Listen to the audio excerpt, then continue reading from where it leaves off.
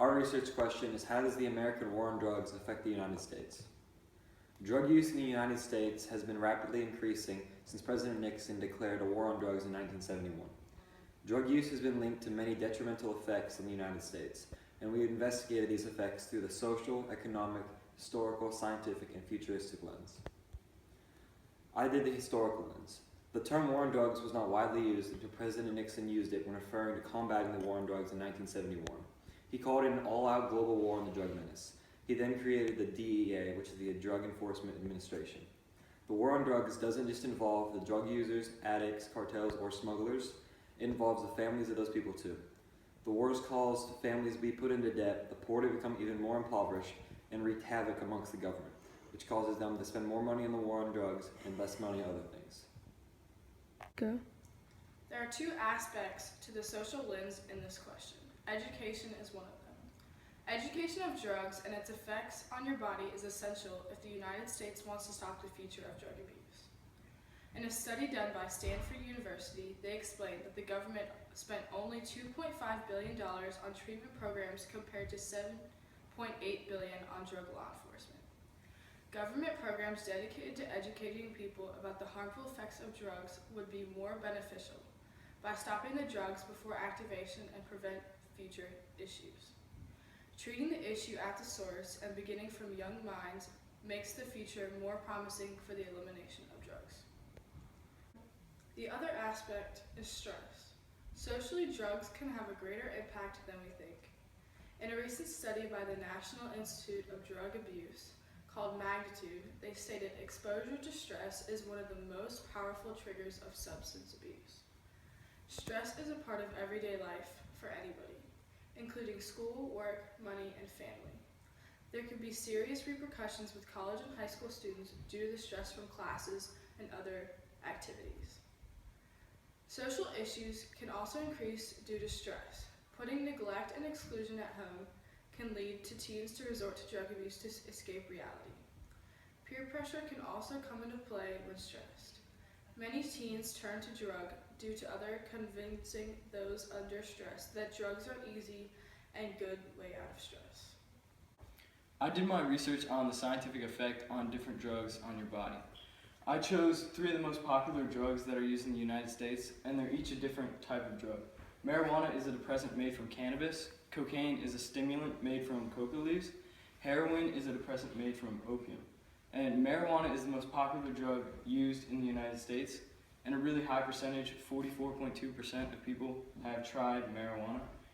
And the short-term effects right after using the drug cause altered senses, altered sense of time, mood changes, and even hallucinations. Some of the long-term effects include breathing problems, mental health problems, lower academic achievement, and addiction. But a lot of people think that marijuana isn't addictive, but it actually is. About 1 in 11 people are addicted after using. Marijuana has been linked to depression, anxiety, and even suicidal thoughts among teens. This is especially dangerous because it's a very popular drug for younger age children. Cocaine is less popular than marijuana, but it's still pretty popular. Some of the short-term effects right after use is an increased sense of energy, irritability, and anxiety. And this makes people really focused and energetic. But it's also very dangerous and it's responsible for more visits to the emergency room than any other illegal drug. Cocaine can lead to heart attacks and even sudden death. It also leads to kidney failure. Heroin is especially dangerous because it targets the opioid receptors in the brainstem, and these control the amount of oxygen that gets to your brain and vital organs. And when too much heroin is used, it can lead to brain damage, comas, and even death. Some of the long-term effects are HIV, because when people inject heroin, they use needles that aren't properly sterilized, and this leads to the spreading of HIV. One of the most dangerous aspects of drugs is addiction. The drugs affect your pleasure centers, causing the neurotransmitters to flood your system with dopamine, and this makes you feel really good. And the problem with this is after using the drug, your body adjusts by producing less dopamine, and this makes it hard to feel happy and stuff. So this makes a person want to use the drugs again because they aren't feeling good. And this process is repeated over and over, and eventually the drug starts to take more and more control of your body. And over time, a physical dependence on the drug is developed, and without it, the person will become very sick, so they need the drug to stay healthy. Even non-addictive drugs can lead to more addictive, dangerous drugs. This is like the gateway drug effect, so even like marijuana, which isn't as harmful as some of the other ones, this can make you want to use other more dangerous drugs. Drugs have a negative impact on the American economy by harming the criminal justice system. According to Figure 1, the total cost per inmate exceeds $25,000 every year. More than 31 million people have been arrested due to drug-related charges since 1970, when Nixon declared the war on drugs. This means that the criminal justice system is paying quite a large amount of money to fend the war on drugs off, which has proven to be unsuccessful.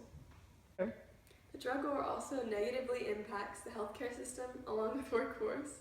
According to the Office of National Drug Control Policy, also known as the ONDCP, since 2007, the United States has spent $11 billion in healthcare costs for drug treatment and drug-related medical consequences. In regards to the workforce, the Office of National Drug Control Policy also states that current drug users also were about twice as likely as non-users to skip one or more days of work in the past month. When drug users don't show up to work, they can't make money, which puts the strain on the U.S. economy. I did the futuristic lens. My first quote from the article Drug Policy, Reality and Reform from John F. Paff states, "Decades of stable incarceration ended suddenly in the mid-1970s as the U.S. prison population soared from about 300,000 to 1.6 million inmates, and the incarceration rate from 100 per 100,000 to over 500 per 100,000 people." So these higher incarceration rates has commonly been associated with the war on drugs, and these high incarceration rates have also been caused by the high enforcement of nonviolent offenses such as marijuana possession. Marijuana possession is causing a lot of people to get sent to jail or time because of it, and these nonviolent crimes are not only affecting the incarceration rates, but also people's lives. The offenders that are being charged with marijuana possession are finding it harder to obtain jobs because of the offense going on their record. And in the future, we could see law enforcement stop enforcing low-level and nonviolent crimes, especially since the United States will see a new president in less than a year's time. So far in the United States, the war on drugs has been deemed unsuccessful. For our conclusion, we want to see how can the war on drugs in America be successful. So first, more focus needs to be put on high-level and violent crimes rather than low-level and nonviolent crimes. So what we mean by low-level and nonviolent crimes is your marijuana possession. A quote here from Gary MacArthur, one of Chicago's most prestigious cops. He said that Chicago needs to focus more on strict sentences for gun crimes and less on drug arrests. So what he means by this is they need to focus more on violent crimes rather than low-level and nonviolent crimes like drug possession, because if they can focus more on these violent crimes, they can put more worthy offenders in jail and in prison. Next, more nationwide drug prevention programs that show individuals the effects illicit drug use can have on people's lives need to be implemented. For this, people need to be aware of what's happening and what drugs can do to your life. And next, for existing drug users, it would be beneficial to implement a drug help program. Right now, people that are being affected by drugs, they're being sent to prison, which is not right. We need to actually help these people instead of locking them up. Lastly, to make the war on drugs successful, it's going to take people to become more aware of the situation and positive government involvement. So what we mean by positive government involvement is instead of the government spending billions of dollars, it would be beneficial to take the things we mentioned before and implement them.